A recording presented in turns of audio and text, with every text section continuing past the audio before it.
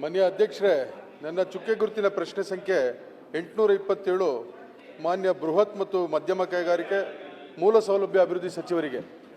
ಸನ್ಮಾನ್ಯ ಸಭಾಪತಿಗಳೇ, ಉತ್ತರವನ್ನು ಒದಗಿಸಲಾಗಿದೆ. ಮಾನ್ಯ ಅಧ್ಯಕ್ಷರೇ, ನನ್ನ ಪ್ರಶ್ನೆಗೆ ಮಾನ್ಯ ಸಚಿವರು ಉತ್ತರವನ್ನು ಒದಗಿಸಿದ್ದಾರೆ. ಇವತ್ತು ನನ್ನ ಪ್ರಶ್ನೆ ಏನಂತಂದರೆ, ಏನು ಕೋಲಾರ ಜಿಲ್ಲೆ ಕೋಲಾರ ತಾಲೂಕಿನಲ್ಲಿ ನರಸಾಪುರ ಮತ್ತು ವೇಮಗಲ್ ಕೈಗಾರಿಕಾ ಪ್ರದೇಶಗಳಲ್ಲಿ ಎಷ್ಟು ಕೈಗಾರಿಕೆಗಳು ಸ್ಥಾಪಿಸಲಾಗಿದೆ ಅದರ ವಿವರ ಬೇಕು ಅಂತ ಕೇಳಿದೆ. ಈಗಾಗಲೇ ಅದಕ್ಕೆ ಉತ್ತರವನ್ನು ಒದಗಿಸಿ ಮಾನ್ಯ ಸಚಿವರು 26 ಬೃಹತ್ ಕೈಗಾರಿಕೆಗಳು ಮತ್ತು 12 ಮಧ್ಯಮ ಕೈಗಾರಿಕೆಗಳು ಬಂದಿದ್ದಾವೆ ಅಂತ ಕೊಟ್ಟಿದ್ದಾರೆ. ಮತ್ತು ಏನು ಈಗ ನರಸಾಪುರ ಮತ್ತು ವೇಮಗಲ್ ಕೈಗಾರಿಕಾ ಪ್ರದೇಶದಲ್ಲಿ ಏನು ಕೈಗಾರಿಕೆಗಳಿದ್ದಾವೆ ಅಲ್ಲಿ ಸ್ಥಳೀಯರಿಗೆ ಉದ್ಯೋಗ ಅವಕಾಶವನ್ನು ಹೆಚ್ಚು ಮಾಡಿಕೊಡ್ತಿಲ್ಲ ಅಂತ ನನ್ನ ಪ್ರಶ್ನೆ ಇತ್ತು. ಅದಕ್ಕೂ ಕೂಡ ಬಹಳ ಸವಿಸ್ತಾರವಾದಂಥ ಉತ್ತರ ಕೊಟ್ಟಿದ್ದಾರೆ. ಇವತ್ತೇನು ಅವರು ಉತ್ತರ ಕೊಟ್ಟಿರ್ತಕ್ಕಂಥದ್ರಲ್ಲಿ ನಾನು ಅನುಬಂಧ 1 ಮತ್ತು 2 ಭಾಳ ನೋಡಿದಾಗ ಇಲ್ಲಿ ಬಹುತೇಕ ಎಲ್ಲ ಕೈಗಾರಿಕೆಗಳಲ್ಲಿ ಕೂಡ ಏನು ಸರ್ಕಾರದ ಮಾರ್ಗಸೂಚಿ ಕೈಗಾರಿಕಾ ನೀತಿ 25-30 ಅನ್ವಯ 70% ಕೊಡಬೇಕು ಅದು ಕೊಟ್ಟಿದ್ದಾರೆ. ಆದರೆ 2 ಬೃಹತ್ ಕೈಗಾರಿಕೆಗಳೊಂದು ಹೋಂಡಾ ಮತ್ತು ವಿಸ್ಟ್ರಾನ್ ಏನಿತ್ತು ಇವತ್ತು ಟಾಟಾ ಆಗಿದೆ. ಆ ಹೋಂಡಾದಲ್ಲೂ ಕೂಡ ಏನು ಸ್ಥಳೀಯರಿಗೆ ಅವಕಾಶ ಕೊಡಬೇಕು ಕೊಟ್ಟಿದ್ದಾರೆ. ಏನು ಟಾಟಾ ಇದೆ ಇದರಲ್ಲಿ ನಮ್ಮ ಕೈಗಾರಿಕೆ ನೀತಿ ಏನಿದೆ ಅದರಂತೆ 70% ಏನು ಕೊಡಬೇಕಿತ್ತು. ಅವ್ರು ಕೊಟ್ಟಿರ್ತಕ್ಕಂಥ ಮಾಹಿತಿಯಲ್ಲಿ ಸುಮಾರು 13,000 ಒಟ್ಟು ಸಂಖ್ಯೆ 23,968 ಅಂತಿದೆ. ಇಲ್ಲಿ ಸ್ಥಳೀಯರಿಗೆ 13,384, ಅದರಲ್ಲಿ ಕೋಲಾರ ಜಿಲ್ಲೆಯವರಿಗೆ 5,781 ಅಂತಿದೆ. ಇದು 13,384 ಅಂದರೆ 70% ಬರೋದಿಲ್ಲ ಮಾನ್ಯ ಸಚಿವರ, ಇದು 55% ಬರ್ತದೆ ಸಚಿವರು. ಆಮೇಲೆ ಏನಾಗಿದೆ ಅನಿಲ್ ಉತ್ತರ ಹೇಳವ್ರು ಆಮೇಲೆ ಕೇಳು. ಉತ್ತರ ಹೇಳಿ ಸಭಾಪತಿಗಳೇ, ಉತ್ತರವನ್ನು ಕೊಟ್ಟಿದ್ದೀವಿ. ಅವ್ರು ಹೇಳ್ತಾ ಇರುವಂಥದ್ದು ಟಾಟಾ ಎಲೆಕ್ಟ್ರಾನಿಕ್ಸು. ಈ ಟಾಟಾ ಏನು ವಿಸ್ಟ್ರಾನ್ ಇದ್ದದ್ದು ಟಾಟಾದವರು ತೆಗೆದುಕೊಂಡಿದ್ದಾರೆ. ಅಲ್ಲಿ ಒಟ್ಟು ಆ ಕಂಪನಿಯಲ್ಲಿ ಒಟ್ಟು 23,968 ಜನರಿಗೆ ಕೆಲಸ ಮಾಡ್ತಾ ಇದ್ದು ಅದರಲ್ಲಿ 13,384 ಜನ ಸ್ಥಳೀಯರು ಇರ್ತಾರೆ. ಅದರಲ್ಲಿ 5,781 ಕೋಲಾರದವರು ಇರ್ತಾರೆ. ಆದರೆ ಮಾನ್ಯ ಸದಸ್ಯರು ಹೇಳುವಂಥದ್ದು ಅದು 70% ಬರೋದಿಲ್ಲ ಅಂಥೇಳಿ. ಆದರೆ ಸನ್ಮಾನ್ಯ ಸಭಾಪತಿಗಳೇ, ಇದು ಟಾಟಾ ವಿಸ್ಟ್ರಾನ್ ಏನಿದೆ, ವಿಸ್ಟ್ರಾನ್ ಈಗ ಟಾಟಾ ಎಲೆಕ್ಟ್ರಾನಿಕ್ಸ್ ಏನಾಗಿದೆ, ಇದು ಆ್ಯಪಲ್ ಮ್ಯಾನುಫ್ಯಾಕ್ಚರಿಂಗ್ ಮಾಡುವಂಥದ್ದು ಕಂಪನಿ. ಈ ಆ್ಯಪಲ್ ಐಫೋನ್ಸು ಮತ್ತು ಐಪ್ಯಾಡ್ಸನ್ನು ಇದು ಮಾಡುವಂಥ ಕಂಪನಿ. ಇಲ್ಲೇನಾಗಿದೆ, ಅವ್ರು ಏನು ಸಂಸ್ಥೆಗೂ ಕೂಡ ನಾವು ಮಾಹಿತಿ ಕೇಳಿದ್ದೀವಿ, ನೀವು ಯಾಕೆ 70%. ಅದ್ರಾಗ ಅವ್ರೇನು ಹೇಳ್ತಾರೆ, ನಾವೆಲ್ಲನೂ ಡ್ಯೂ ಪ್ರೊಸೆಸ್ ಮಾಡಿದ್ದೀವಿ ವರ್ಕರ್ಸ್. ಅದ್ರಲ್ಲಿ ಕೆಲವೊಬ್ಬರು successful completion of the training period ನಿಮ್ಗೆ ಕೊಟ್ಟಿದ್ದೀನಿ ಉತ್ತರದಲ್ಲಿ. ಆಮೇಲೆ ಕನ್ಸಿಸ್ಟೆಂಟ್ ಪರ್ಫಾರ್ಮೆನ್ಸ್ ಅಗೇನ್ಸ್ಟ್ ರೋಲ್ ಅಂದರೆ ಅವ್ರು ಏನಾಗಿದೆ ಸನ್ಮಾನ, ಇದು ಆಲ್ ಸ್ಪೆಸಿಫೈಡ್ ಜಾಬ್ಸು. ಅಲ್ಲಿ ಆ ರೀತಿ ಇದಕ್ಕೆ ಬಂದಿರಲಾರ್ದಕ್ಕೆ ನಾವು ಅಪಾಯಿಂಟ್ಮೆಂಟ್ ಮಾಡೋಕ್ಕಾಗಿಲ್ಲ ಅಂತಂದು ಸರ್. ಹಾಗಾದರೆ ಮತ್ತು ನಾವು ಕೂಡ ಅದಕ್ಕೆ ಹೇಳ್ತೀವಿ, ಇನ್ನೂ ಕೂಡ ಟ್ರೈನಿಂಗ್ ಮಾಡಿ ಈ ಏನು ಇದು ಇದೆಲ್ಲ ಅದನ್ನು ಪ್ರಮಾಣ ಹೆಚ್ಚಿಗೆ ಮಾಡಿ ಅಂತೇಳಿ ಕೂಡ ನಾವು ಅವ್ರಿಗೆ ಸೂಚನೆ ಕೊಡ್ತೀವಿ. ಬಟ್ ಅವರು ಕೊಟ್ಟಿದ್ದಾರೆ ಕಾರಣ ಏನಂತ, ಯಾಕೆ ನಮಗೆ ಇದು ಆಗಿಲ್ಲ ಅಂತೇಳಿ ಓದಿ ಹೇಳ್ಬೇಕಾದ್ರೆ ಹೇಳ್ತೀನಿ.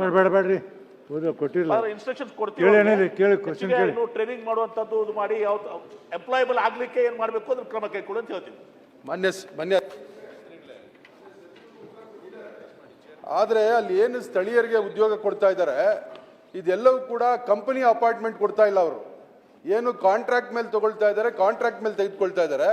ಅದರಲ್ಲೂ ಕೂಡ ಕಾಂಟ್ರಾಕ್ಟಲ್ಲಿ ತೆಗೆದುಕೊಂಡವ್ರಿಗೂ ಕೂಡ 11 ತಿಂಗಳ ಅವಧಿಗೆ ಮಾತ್ರ ತೆಗೆದುಕೊಳ್ತಾರೆ.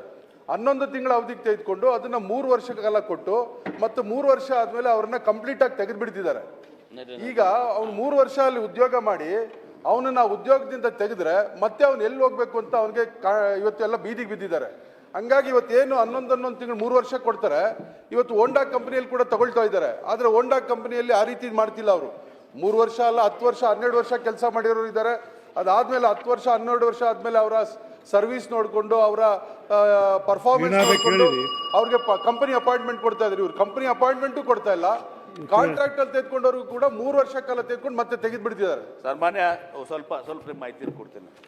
ಸನ್ಮಾನ್ಯ ಸಭಾಪತಿಗಳೇ, ಇದು ಟಾಟಾ ಎಲೆಕ್ಟ್ರಾನಿಕ್ಸ್ ಏನಿದೆ ಇದು ಒಂದು ಕೆಪೆಕ್ಸ್ ಇನ್ವೆಸ್ಟ್ಮೆಂಟ್ ಆಗಿ ಪ್ಲಾಂಟ್ ಆ್ಯಂಡ್ ಮಷಿನರಿ ಸುಮಾರು 1,490 ಕೋಟಿ ರೂಪಾಯಿದಿದೆ. ಅವರು ನಮಗೆ it was to generate 1,150 jobs. ಅದು ಆದರೆ ಅವರು 23,968 ಇದನ್ನ ಜಾಬ್ಸ್ನಲ್ಲಿ ಕ್ರಿಯೇಟ್ ಮಾಡಿದ್ದಾರೆ. ಇದು ESDM ಪಾಲಿಸಿಯಲ್ಲಿ ಬರ್ತದೆ ಅನಿಲ್ ಕುಮಾರ್ ಅವರೇ, ಡಿಪಾರ್ಟ್ಮೆಂಟ್ ಆಫ್ ಎಲೆಕ್ಟ್ರಾನಿಕ್ಸು, IT-BT ಮತ್ತು ST ಇರಲಿ. ಆಮೇಲೆ ತಾವು ಹೇಳ್ತಾ ಇರೋಂಥದ್ದೇನು, ಅವರು 3 ವರ್ಷ ಫಸ್ಟು ಟ್ರೈನಿಂಗ್ ಪೀರಿಯಡ್ ಇರ್ತಾರೆ, 11 ಮಂತ್ಸು ಅಂತ ಹೇಳಿ. 3 ವರ್ಷ ಸಕ್ಸಸ್ಫುಲ್ ಕಂಪ್ಲೀಷನ್ ಆಗಿ ಅವ್ರನ್ನ if they are eligible and employ they are successful, ಅವ್ರನ್ನ ಕಂಟಿನ್ಯೂ ಮಾಡ್ತಾರೆ. ಅವ್ರನ್ನ 3 ವರ್ಷದ ಮೇಲೆ ತೆಗೆದಾಕ್ತಾರೆ ಅನ್ನೋದು ಅದು ಸರಿಯಾದ ಮಾಹಿತಿ ಅಲ್ಲ ಸರ್. ಮನಸ್ಸು ಆ ರೀತಿ ಯಾವ ಕಂಪ್ಲೇಂಟ್ಸು ಕೂಡ ನಮ್ಗೆ ಬಂದಿಲ್ಲ. ಈಗ ಕೋಲಾರದಲ್ಲಿ ಜನಪ್ರತಿನಿಧಿಗಳಿದ್ದೀವಿ, ಎಲ್ರಿಗೂ ಕೂಡ ಅಲ್ಲಿ ಬರ್ತಕ್ಕಂಥ ಪ್ರಮುಖವಾದಂಥ ಕಂಪ್ಲೇಂಟ್ ಏನಂದ್ರೆ 3 ವರ್ಷ ಆದಮೇಲೆ ಅವ್ರನ್ನ ತೆಗೆದು ಬಿಡ್ತಿದ್ದಾರೆ.